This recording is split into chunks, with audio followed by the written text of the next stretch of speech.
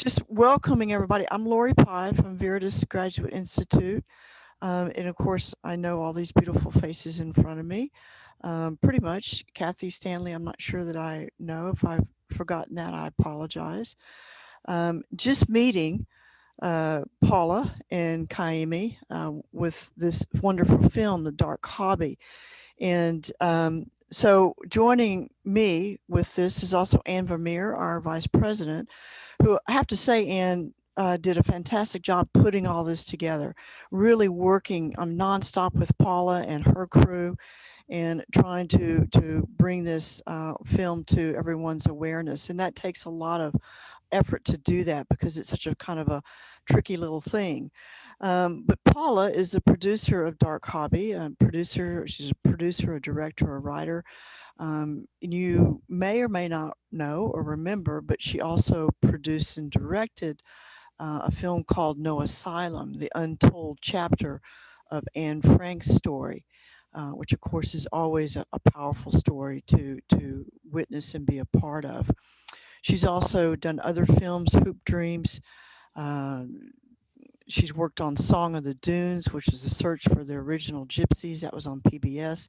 So her film bio is extensive, and so we're very proud to be a part of this project that Paula has put together. And with that, she's going to introduce everyone, but I want to introduce Jonathan Balcom because Jonathan was one of our professors at Veritas Graduate Institute and taught a class in animal sentience. Jonathan is an ethologist and the author of the best-selling New York Times best-selling book, What a Fish Knows. Those of you, my students, know that I use that book. He also has authored Second Nature, Pleasurable Kingdom, and the Exultant Ark, and he's working on a new book now on insects.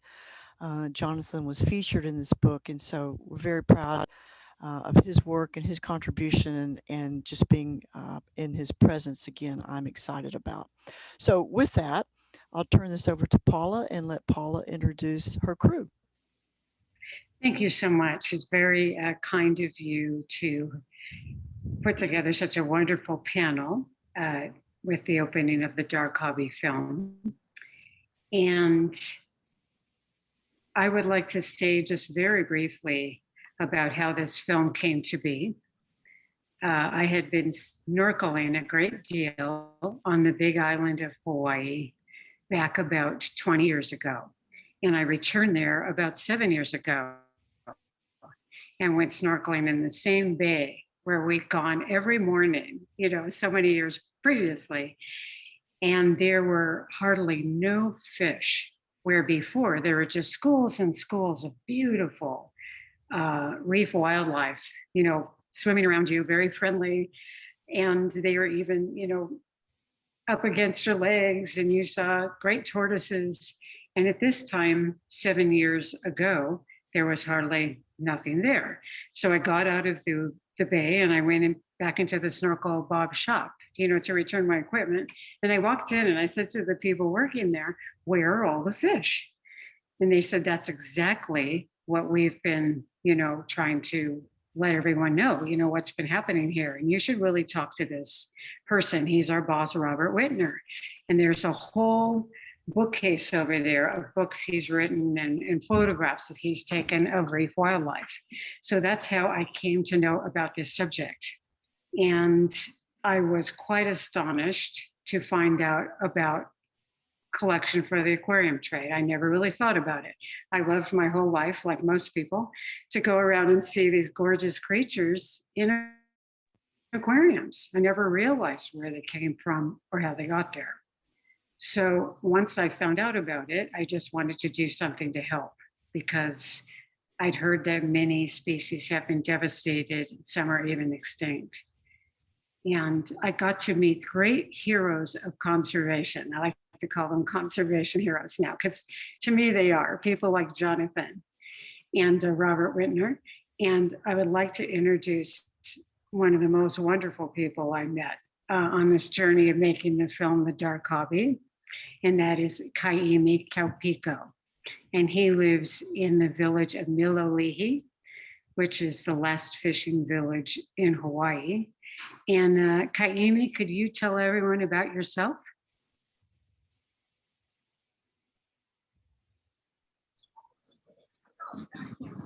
Aloha mai kākou, o ka imi ko uinoa no au imi loli I na au me ke kula o kai o kala, Hipu Virtual Academy, la vai a pono maka ino me loli Hello to you all, my name is Kaimi Kaupiko, and I live in Miloli'i, one of the last wine fishing villages. I'm a teacher here at charter school where we teach kids about cultural practices, and I'm also a Lavaya as a fishery practitioner in Miloli'i. So thank you for letting me be here with you guys all today. So.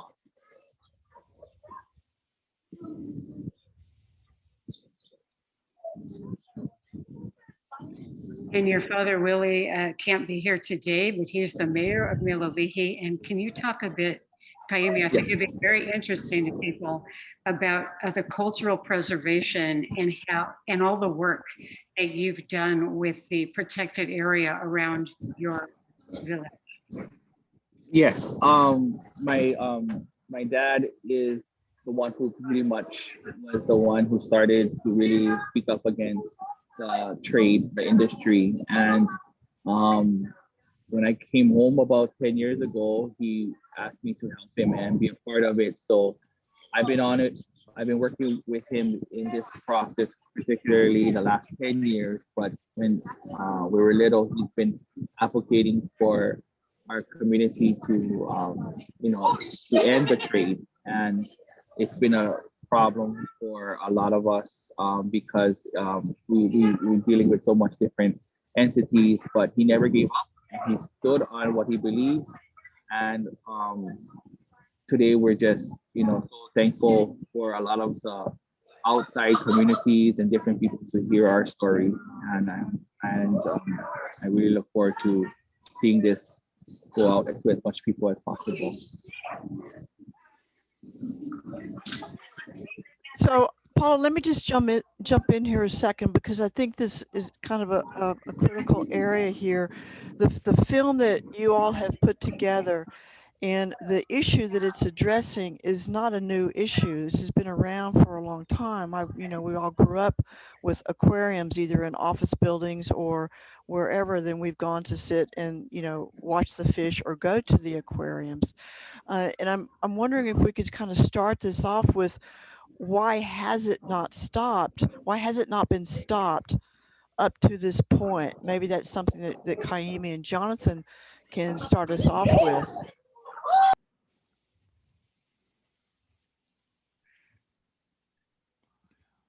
Would you like me to say something first? Yeah, Laurie? Jonathan, go ahead, please. Sure.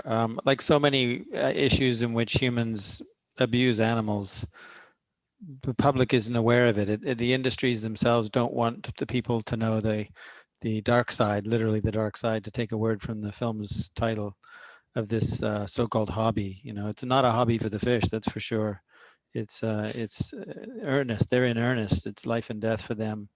And so, from my perspective, what I've studied about, what other people have studied about fish, is that these reef communities are they're communities of, when you look at them, it looks a little bit willy-nilly and it looks like a random assortment of beautiful fishes. But when you go and swim on a reef, you see that there's little clusters and that they swim among their own kind, but there's also a lot of intermixing. It's easy to think that they don't know each other, but in fact, studies show that these fishes not only are sentient, that is aware, conscious, able to feel pain and pleasure, but they're socially aware and they often know individuals. They've been shown to be able to recognize humans, but can you imagine how well they can recognize each other? And studies show that. So that's maybe perhaps where I come into this picture is I try to synthesize the science that other scientists have done and then make that available to the public, so the public hopefully can be educated about what fishes are capable of doing behaviorally, emotionally, cognitively. The fact is they're individuals with not just biologies but biographies, and they have lives that are meaningful and precious to them. And it's very disruptive to have situations like Paula was just describing, where somebody's come in over time and removed fish after fish after fish. It's very disruptive to these communities. Some species of fish change sex when an important individual is removed. So that speaks to the gravity of the situation for them. Yeah. And can I follow that up then with a question? Maybe Kaimi can address this more poignantly, but do you think that is the issue? Is it a lack of education that people are so divorced, disconnected from marine life that they don't think the fish have feelings, or they don't think the fish can feel? So it's not a big deal if we remove them from their habitat, or is it just an indifference to that habitat, Kaimi? Thank you. That's a good question. When I got involved with Bob from about 10 years ago as well, when we started on this journey, you know, um, I don't think people knew a lot about the cultural perspective of how we view the resource as more of a subsistence lifestyle. So we don't look at it as something that you would put into a aquarium tank or, in the industry, but that caused, I think, a lot of, our ability to really, put out our efforts to let people know, that's an important part of it because they're part of like our family. So Hmm. culturally, our Hawaiian people look at everything: the sky, the earth, the water, the mountain as an extension of who we are.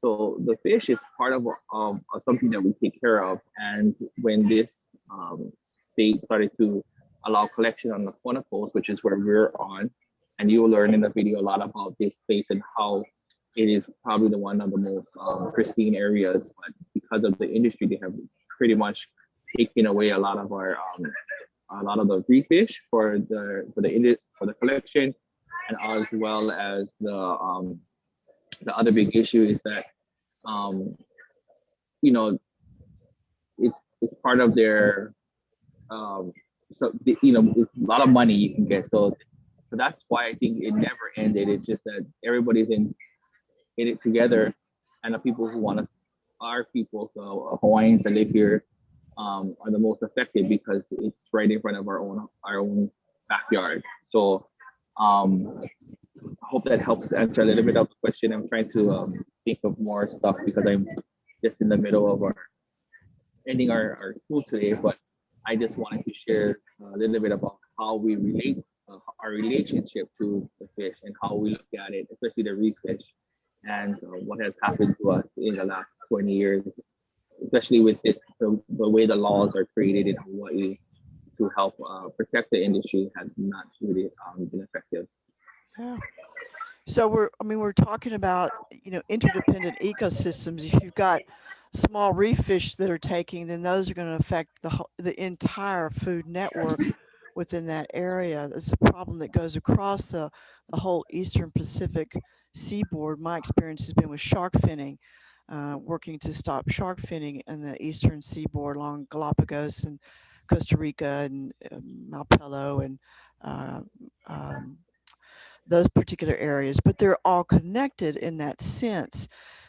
So, and I'll leave this open to Jonathan or Kaim or even Paul if you want to jump in here. How would you imagine that when this interconnectivity is so disrupted and the food web is so then ruptured, what happens to the marine ecosystems? What happens to those systems? I'll say a word there. As long as the exploitation continues, of course, things don't improve. But we've also learned that with some species, even when you stop the exploitation and the disturbance and the interference, recovery can be very slow. The most notable there would be the large whales of the oceans, some species were hunted near to extinction decades ago, and 50, 60 years later, some species like the right whales, for instance, have hardly recovered at all. And I think part of this is another phenomenon of the reef. It's the culture that's there. Once again, we most of us don't think of animals, whales, or maybe whales. People think of them as having culture, or beginning to appreciate that. But the cultures of fishes have been studied as well. They have individual preferences. And if you disrupt the reef, and then over time, as it may get repopulated, if it's left alone, the nesting sites, the mate choice habits change. They're new because these are new individuals with new cultures.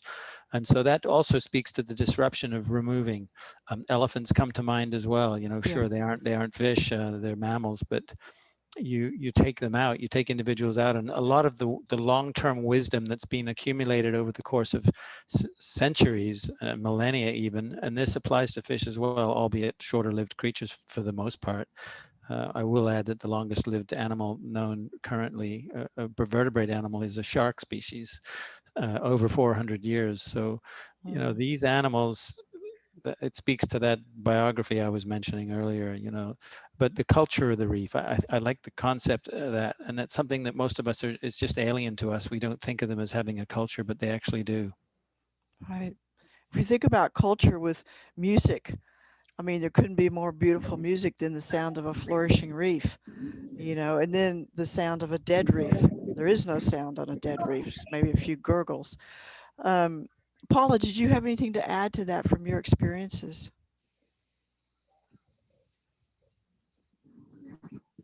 But you're muted. Right. It's interesting you mentioned the sound because we were able to use audio of fish singing that has been recorded off the coast of Australia. And what was interesting was as we made the film, you know, fast forward a few years later, there were newer things that had been discovered, you know, such as that singing, such as the sounds that the fish make when they're underwater that weren't there when we started the film. So, you know, technology and science is just making fantastic discoveries now about what's going on under the water. Right. Right. If I can just butt in there and make one other point about sound, studies also show that baby fishes often migrate or are swept away from the reef as in their childhoods when they're little fry, so to speak, but they listen to the sounds of the reef to find their way back home. It's almost like a cocktail party effect, you know, where there's the chatter of a lot of voices. You're in a big mansion and you don't know which. By the way, I don't go to cocktail parties too often, but you're in a mansion and everybody's kind of gathered in one room. You know, you can hear that din in the distance, and if you're social like fishes are, you want to be there. And so they use that sound to help them navigate and find their way back to their habitats Right, where they'll spend right. their adolescence and their adulthoods. Right. So if you disrupt that and there's hardly any species there, any fishes to make the sound, there's no guidance to get back. Mm-hmm. So that's such a good point there. And Kaimi, I have a question kind of in my following up on that, what I'm thinking, just knowing some of the problems, you know, in the Eastern Pacific area that we dealt with. What is the main problem you feel as to why this is a persistent problem? Again, it's not new, but it's a persistent toxic problem. And I'm curious from your perspective, what is preventing it from being resolved or solved? You know, I just wanted to add a little bit with the question about interconnectivity and disruption because of our the reef fish have such an important part to play in a lot of different things of how we fish and how we live consistently. So they attract different fishes.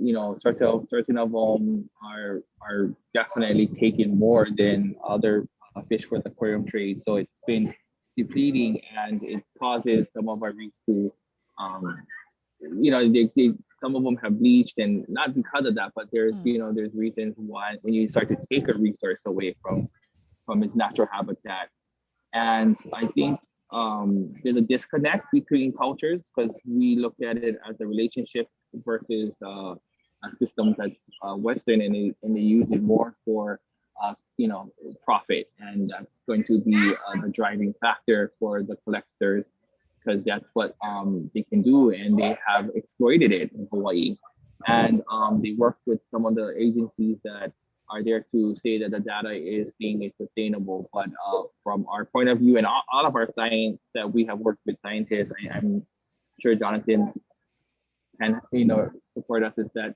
the numbers of these species have been reduced to practically way less than ever before, and it's going to get worse if we do not continue to support the a moratorium that we have on them until a real environmental assessment is taken to understand their life systems and eventually, what is happening. And I don't, we've been fighting the issue for the last 30 years, and the politicians are afraid. They haven't been able to really back us up. I think it's because of the industry that's very, very powerful. They have a lot of money, and they lobby the government like you cannot believe, and it has caused so much of us that's been fighting for the protection of our fish to basically give up. And that's why I'm so thankful, to have gotten to meet with Robert Whitner and have him come down to help us share our stories. But we have worked with many other groups because on Maui they have stopped this a lot. So it takes a concentrated group of effort from everybody, and this is going to help a lot to tell that story. So I think as far as I'm concerned, I think it's going to take even more effort to be able to push forward the state to finally stop them. But they have so much money, they're always going back to the state and revising a lot of their different their assessments they made using data that is wrong. So I want to believe it, that we're getting to the end, but I just know that we still have to fight harder and continue this effort until we see them go away. But I don't know how that's gonna be, or how it looks like.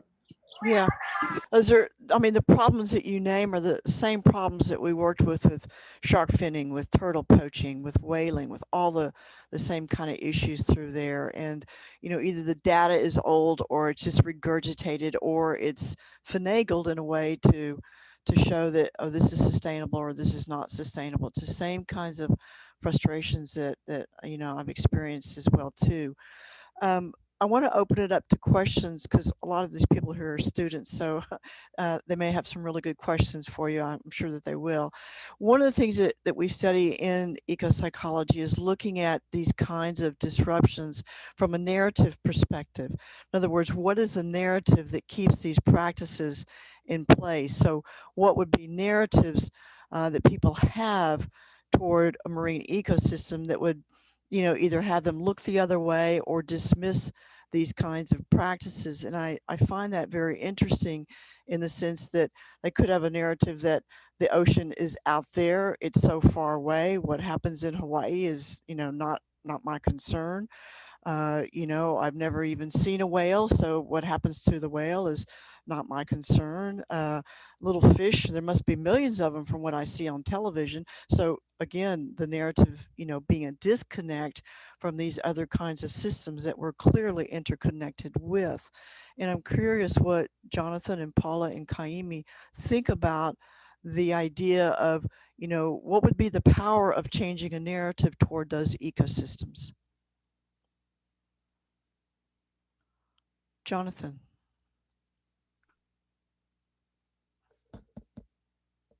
You're muted. Thank you. We need to think solutions as well, of course. The Dark Hobby does a great job of drawing attention to the issue, and hopefully through time it will help to stigmatize the collection of fishes and having them in your home. It's just not their home. It's not where they should be.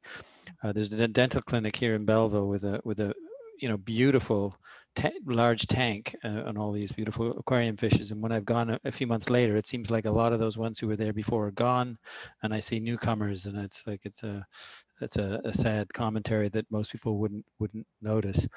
But consider that we now have the technology where, at least in so-called developed or westernized nations, we can have flat screen TVs with beautiful aquarium or rather reef fishes, hopefully not aquarium fishes, swimming in them.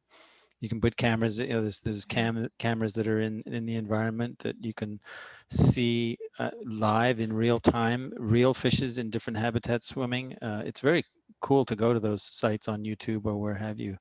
But people can have a blazing fireplace in their living room that's on a flat screen TV, and you can also have, stuff that attracts cats, and then you can have, like little birds at feeders, and you can have beautiful reef fishes going about their lives in a context that you know is not exploitative, or hopefully Yeah. isn't.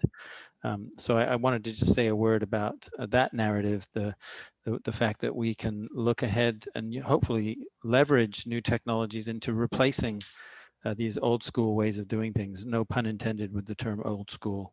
Yeah, yeah. So technology, in a sense, becomes, one of our tools, one of our creative tools. It also makes for an ethical change, or a change in ethics, if you will, to have your virtual, enjoy your virtual reef fish, or your virtual forest animals, or meadowlands, or whatever, instead of actually going and participating in the exploitation.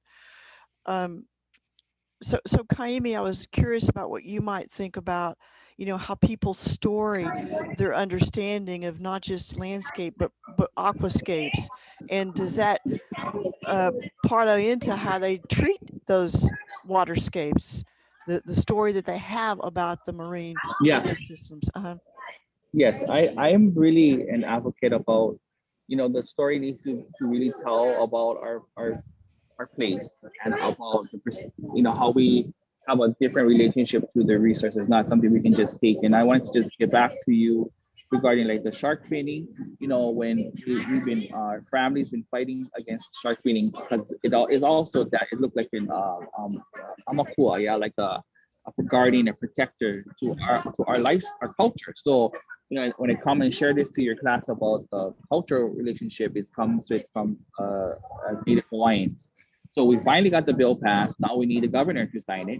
So we're battling every step of the way. You battle against all the different entities Okay. that use this to do their research or whatever they need to do it. So that's just a great example that finally the bill passed the both House and Senate, and now it's on the governor's desk to sign. So we praying that he don't veto us, but he vetoed our bill when we had a bill to do the closure of the industry for the aquarium collection, because of the science that his department needs to back up. So it's all hand in hand. And as your question, as a story we want to share is that they're, you can come, you can see them in the water, you can look at them, but you can't take it out, and really the tourism industry needs to really put that up in front of their way of that's the way they're making the money to support the economy. But as far as the state, they still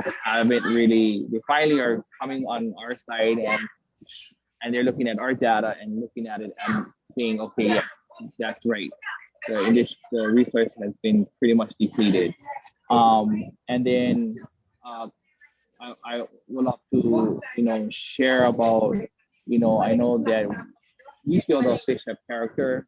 We just their seasons. We know their when they're the patterns of their life cycles. So it's definitely, I think, something that we can incorporate in a narrative that should be shared to the general public more so than what is being shared now. And that speaks to your work, Jonathan, where you've educated us all on how fish feel pain. And Yeah, that's absolutely. An enduring myth about fish among many people is that they don't feel pain, but careful studies that are not necessarily fish-friendly studies, but they're studies that nevertheless have been published and reveal that fishes have the physiological raw materials to experience pain. The fact that they're mobile organisms can move away from bad things, that's a sort of a criterion of being able to feel pain. They're full members of the vertebrate group of animals. They have nervous systems, they have brains, they have muscular system, skeleton, endocrine system, reproductive, digestive, etc. They're full members of the vertebrate group, and every bit as complex behaviorally and biologically as other animals. And so, studies show they have 3 different kinds of nociceptors, 3 different kinds of pain perceivers for mechanical, chemical, or heat pain. They send signals to the brain, as you would expect, and the behavior of the fish changes after they've been subjected to an injection of acid or some nasty thing that you expect to feel pain. They stop feeding, they stop using the body part that's been insulted. They also, I think it's quite compelling that fishes will leave a safe area and go into a dangerous area, an area where there's no place for a little fish to hide, to get a painkiller. If the scientists put painkiller in the water in location B, and location B is not a very safe feeling place, they'll pay the cost of leaving the safe zone and heading out over there. The ones who've been given the acid, that is, the ones who were injected with a saline, don't do that. So, there's been some clever scientific studies that very clearly illustrate what we should have been accepting all along, which is that fishes can and do feel pain, and they respond to it in an adaptive way. Yeah. Paula, any thoughts from you from the perspective of filmmaking as narrative changing? Yes, absolutely. It's very interesting because both art and technology come together here with ecology and how we can share about what's going on.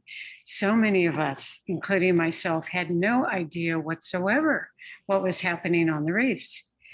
So I think in order to drive the change so that the public knows what's going on, man on the street, or however you want to refer to, more and more people getting the message. So it's sort of like we could have a big three, about the ocean. We have the problem with the plastics. We have the problem with the sunscreen. Yeah. And then when you get into the overfishing, and then we also have these reef wildlife who are being removed. Maybe it's the big four, actually. Yeah. Yeah. But it's very important that if people do watch The Dark Hobby, and then they can share about it with others that they know, and sign our petition that is on thedarkhobby.com, and that's about not buying reef wildlife, not collecting it, and allowing these beings to live in peace, and letting, and that in turn allows our ocean to be healthy, because the interaction of the reef, the fish, the ocean, and how the oxygen is produced for our planet. It's all interconnected. And so it's really important if we can just share about the film and have this message be known to the public. Mm-hmm. Mm-hmm. Anne, I want to go to you. Questions or thoughts or comments? You've been so involved in this along the way. Well, I think my first thing is when I first watched the film, I think I couldn't hardly believe that I didn't know any of that. And so, I began to really become much more, so it created an awareness for me. And so I've been on the lookout and in dialogue with other people now about what's going on. And I would say almost everyone I speak with comes back with the same sort of place where I was. They're like, oh, well, I never really thought about it. I really didn't know. It's because it's a narrative that gets placed in really early childhood. It's like I'm a little kid in a doctor's office, and that is one of it's beautiful, right? To see fish in an aquarium. And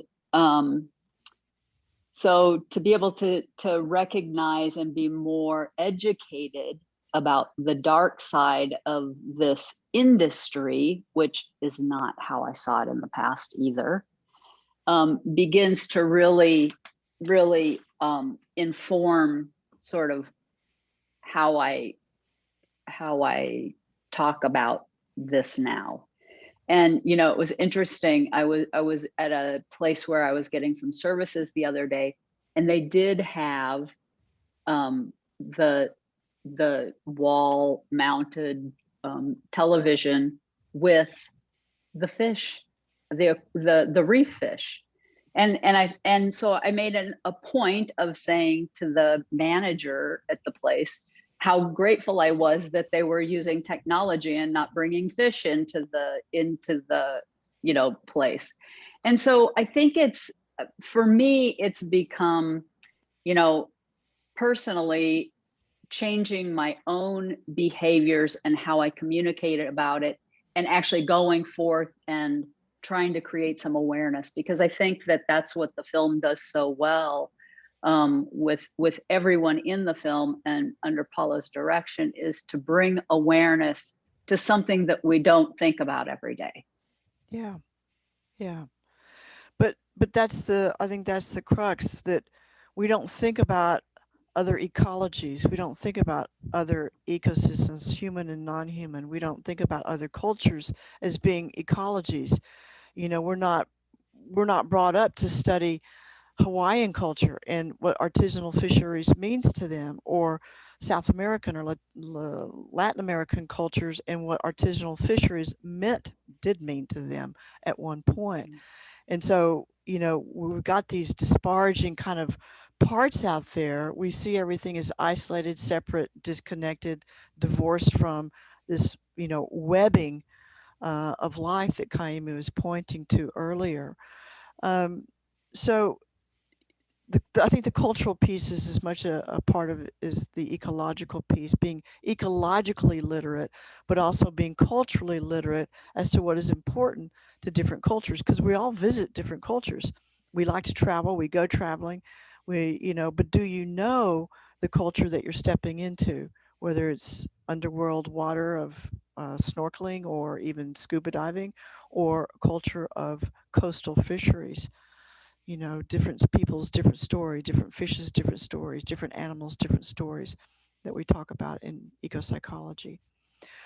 Um, okay, let's open this up a little bit. I'm curious as to what you all are thinking, Lisa and Christy and Alana and Cindy and Thanu and Susie and Kathy. What are you thinking, and what questions would you have or do you have for any of the panel?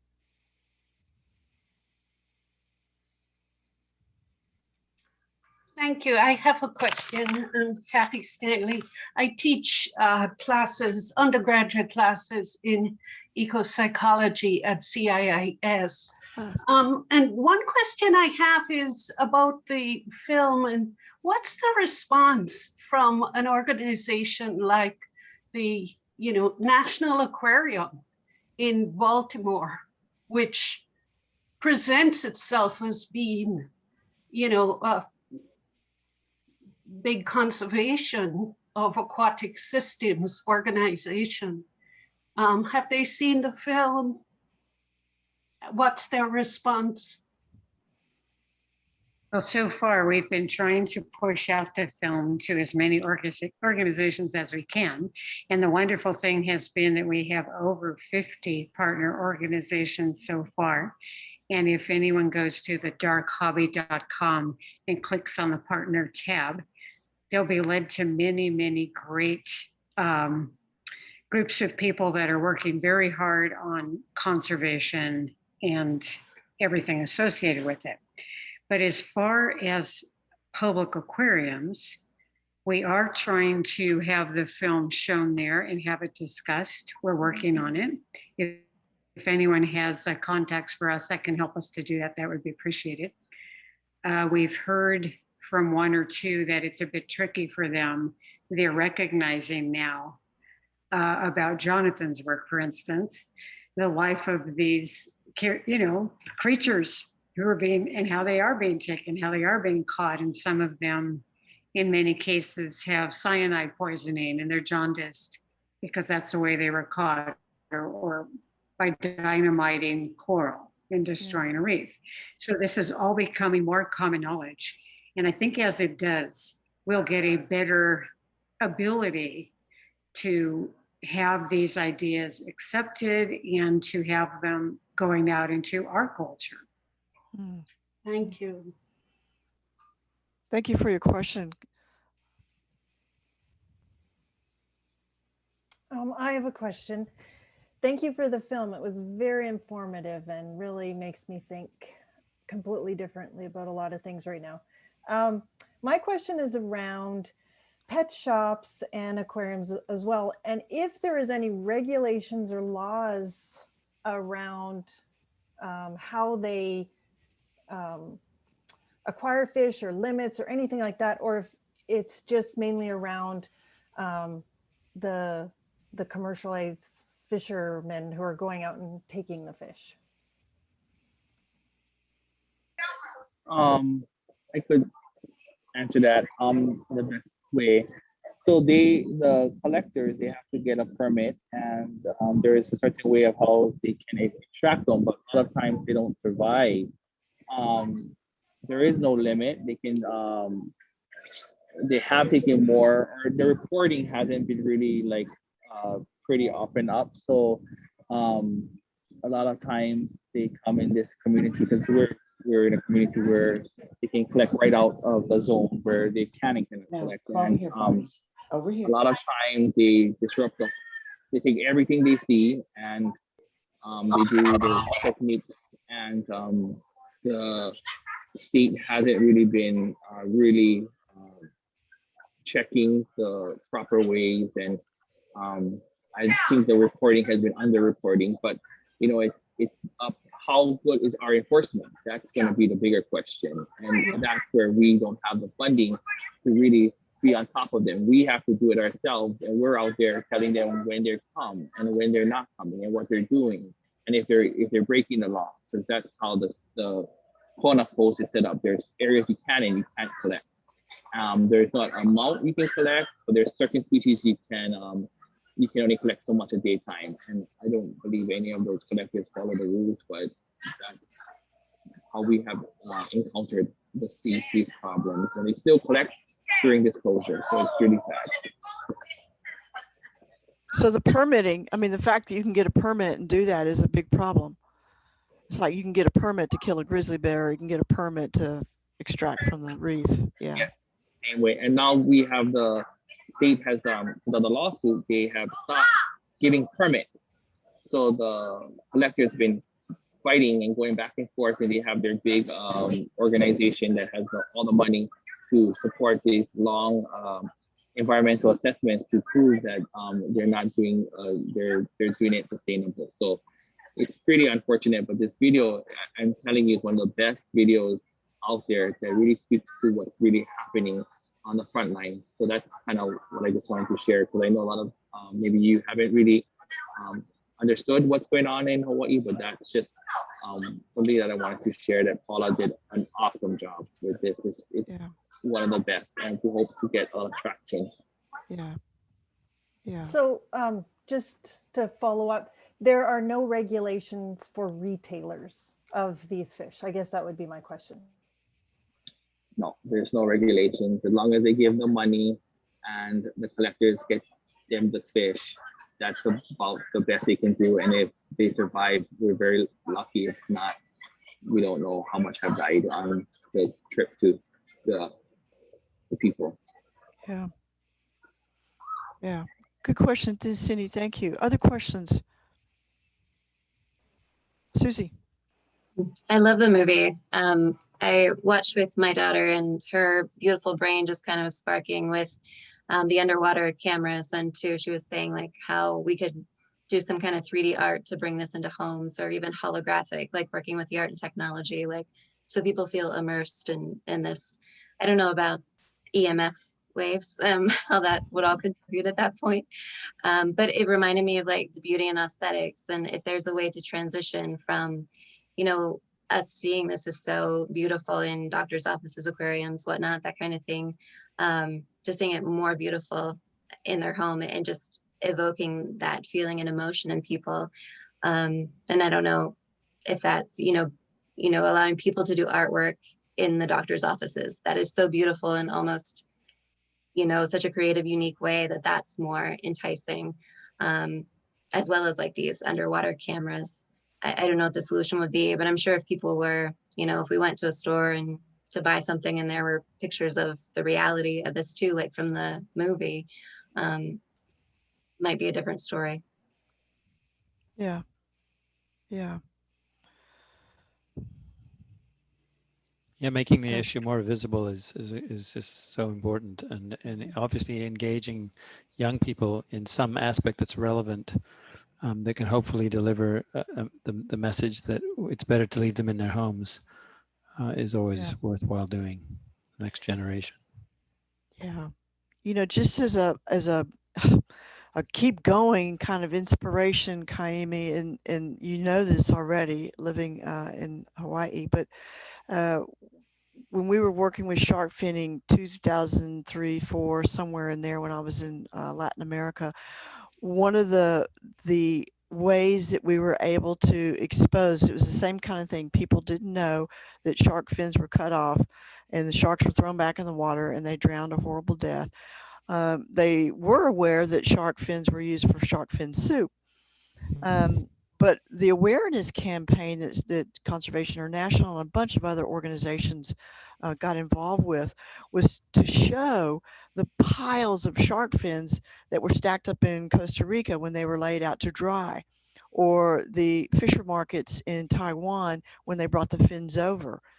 And what soon happened after that is in Taiwan, Hong Kong, and parts of China, young people who didn't want, who were trying to really change the narrative they had toward this kind of practice, traditionally would have shark fin soup at their marriages, at their marriage ceremonies. And so what they did is they got some famous Chinese singers, pop singers, to get involved in that campaign. And so they would do a commercial essentially about a marriage. And instead of having shark fin soup, they showed this dying shark, and it was horrifying to people, but it was very effective. And they did another campaign where the bride's dress was spattered in shark fin blood from finning the shark. And again, very graphic, but it somehow needed to be so graphic to get people's attention of the atrocities of shark finning. It took us 4 years. We stopped shark finning as far as creating a law. Costa Rica did form a law, but the same problem we found is what you're finding. Where was the enforcement? And although there was a marine economic zone, who was going to get out there and enforce that economic zone? There was the Costa Rican Coast Guard, but they've been pretty busy enforcing, drug running through there.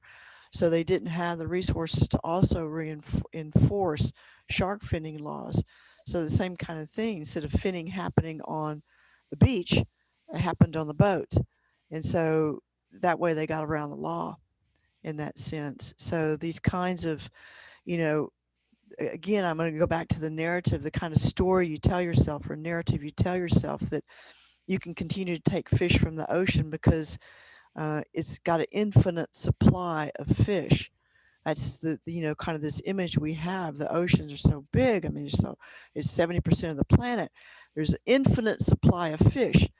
Us killing a few sharks or taking a few fish off the reef couldn't possibly make a difference, except for now we know that we've annihilated 90% of the shark population, 90% of large pelagic species. And I'm sure the data shows something similar to reef fish, but changing that kind of understanding, that narrative, that awareness, I think is so important. So other questions from anyone, Christy or Lisa or Alana or Thanu? Anne, any other? I have a question. I was just thinking, because I agree, the movie was so informative for me. And I wasn't aware of so many of these practices. And I'm just curious because I've, been hearing all this, like about the suntan lotion and climate change affecting the water temperature and all of these things that are damaging coral reefs. But it seems like a intentional oversight that the fish poaching hasn't been mentioned in the damaging of coral reefs. Do you have anything to speak to that? I would just mention the timeliness of the dark hobby in lieu of the fact that this film Seaspiracy just came out, widely talked about, been trending on Netflix, one of the 10 most watched films on Netflix, I believe, the week it was released. It all connects to that, and it's the spiracy part of Seaspiracy. As for the earlier film Cowspiracy, is that the issue of people of our overfishing or just fishing, commercially fishing, taking hundreds of millions, hundreds of billions, and possibly trillions of fishes out of the oceans every year, has been glossed over and actually apparently actively avoided by environmental groups who otherwise profess and in some cases do help to protect oceans in some ways. But if you're not talking also about the consumption, the direct consumption of fishes, you're not covering it all. So this film resonates nicely with that because it's an aquatic theme, and it's also a hidden problem that most people are not engaged with, and because the organizations haven't been lending a voice to these important issues. So I'm hoping that you know, knowledge and awareness is step one to generating change. That at the very least, the dark hobby will make people aware of this issue. And we already know is from this discussion that we have technologies that can replace that in completely benign and harmless ways. Yeah. And part of that issue too, Jonathan, I'm curious what you think about is economization in the sense of it's not, I mean, when, you know, working for marine conservation organizations, you know, you wanted to raise money on things that were big and charismatic, or as they would say, find something sexy, Lori, to raise money off of, right? And so reef fish might not necessarily just fit that bill. It might be the sharks, it might be the hammerheads, it might be the sea turtles, whatever. And so I think intentionally overlooking it is intentionally overlooking it because conservation organizations didn't feel they could raise money off of it. Yeah, I don't know if I represent the average person, but I'm quite happy to say that a shark for me is extremely sexy and charismatic to look at. I guess I'm wearing the right shirt to make that point. But let's just put a number on this. While I was researching the book What a Fish Knows, I learned that one study, I forget the area, a tropical area, wasn't Hawaii, part of Hawaii, but it was another tropical area with lots of reefs and lots of sharks. They estimated that the value of a shark for the fins was about $108, and the value, and of course you can only fin a shark once, but the value of the shark for tourism dollars over the lifetime of a shark, say 20, 25 years, was well over $1 million. So absolutely no comparison. And I don't know what the numbers are for Hawaii, but I'm sure that the commercial value of reef fishes who are allowed to stay there and be seen by appreciative divers or snorkelers like me, I've had the good fortune of snorkeling there twice in the last 20 years, is much greater, certainly over the long term, than taking them out and depleting those populations for the aquarium trade. Yeah. Well, the more that we can share the film with each other and through our social media outlets, we'll certainly do that. I know that, you know, when divers also get involved, it helps. We had divers go and dive consecutively, kind of, Paula, your experience, and they would go down and there would be no hammerheads. And this was off Costa Rica. This was off of Cocos Island. And a lot of sharks are in there, a lot of hammerheads, a big dive area. And so the divers would go there and bring their friends, and it was, you know, kind of an expensive vacation. So they expected to see the hammerheads and the sharks, and there weren't hardly any, at least not to their expectations.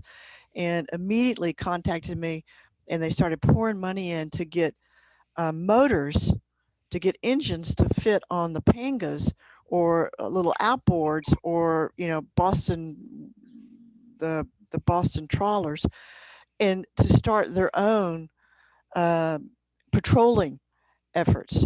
And so they got divers got very involved in our efforts down there, and I think it really put the pressure on you know, people who were coming and extracting. But the dollar computation doesn't necessarily compute with the local fisher who's trying to feed his family. He doesn't care what the commercial or the tourist value is. All he cares is that he's going to get $1 for that fin. And if he brings in 500 fins, he gets $500, and that goes a long way.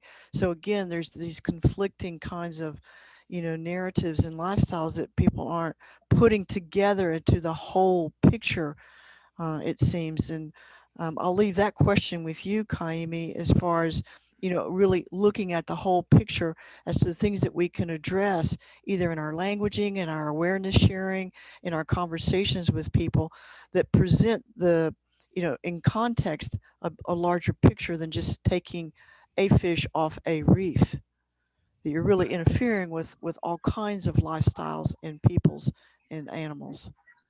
Right.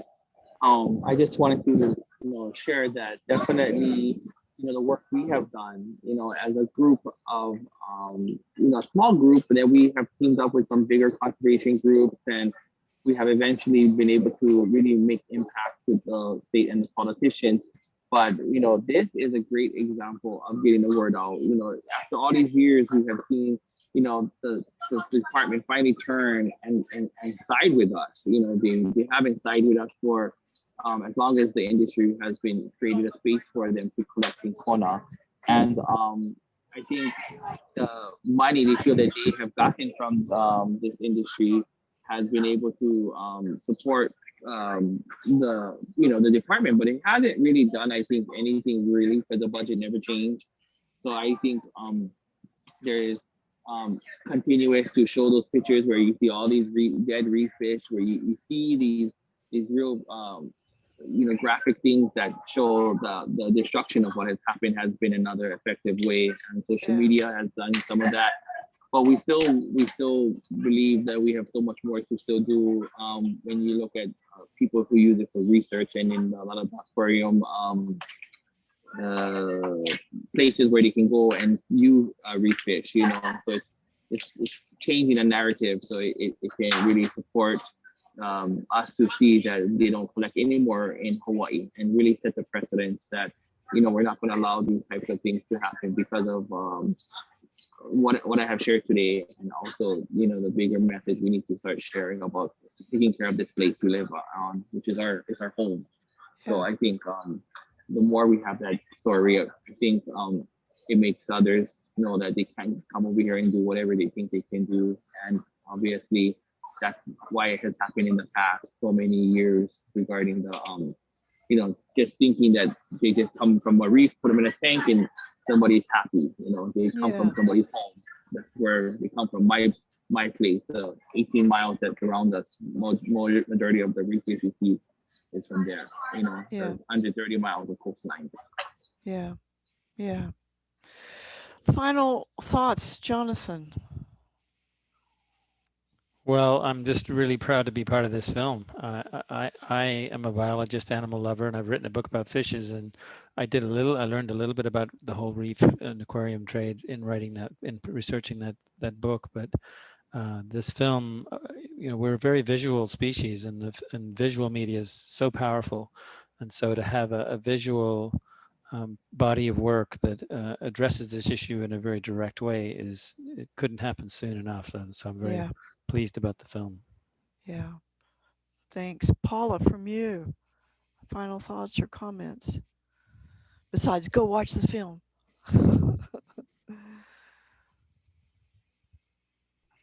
Thank you so much. Yeah. Thank you. Wonderful panel. It's so nice to see all of you at the Institute. Please do, everyone, go see the film. It's on iTunes, YouTube, Apple TV, and Vudu. And spread the word on social media, and ask everyone to go sign the petition. And we'll do the best we can to get the word out there. Yeah. And final thoughts from you? I just want to thank Paula and Jonathan and Kaimi for being part of the panel. And I enjoyed my conversations with Paula, and really appreciate Jonathan bringing the film to the Institute's attention. And we really appreciate the work that everyone's doing, and just appreciate being part of bringing this film to a broader audience. Yeah. Thanks. And I'll say thank you too. One of the things that we encourage our students is to be active in their participation with, ecological, sociological issues that are important to them. But I also like to advocate a psychological activism, meaning you educate yourself about a particular issue and you find ways to help in that issue, to advocate for that issue. That's how we, participate in a psychological evolution, by changing these destructive narratives and nudging different narratives along. So Kaimi, we're behind you all the way. and support you. And I hope that you can feel our energies there with you. Likewise as well. And thank you all for showing up. Certainly my students class tonight, I appreciate you being here, Lisa and Christy and Thanu and Susie and Cindy. Jonathan, I wish I could give you a big hug. It's so great to see you bringing your knowledge and your experience to the fore and deepening our understanding of fish life, fish feelings. And Paula, your incredible work with your skill and talent in filmmaking and educating wider audience. So we'll continue to get this out as much as we can. Kathy, thank you for joining us from CIIS. And Cheryl, my good friend, thank you. I know you're there. I don't see your face, but I know you're there. And we'll continue to spread the word and continue to get this film out. Thank you all for joining us tonight. Thank you. Okay. Thank you. Thank you. Take care, Kaimi. And tell Willie we thank him as well, too. Wow.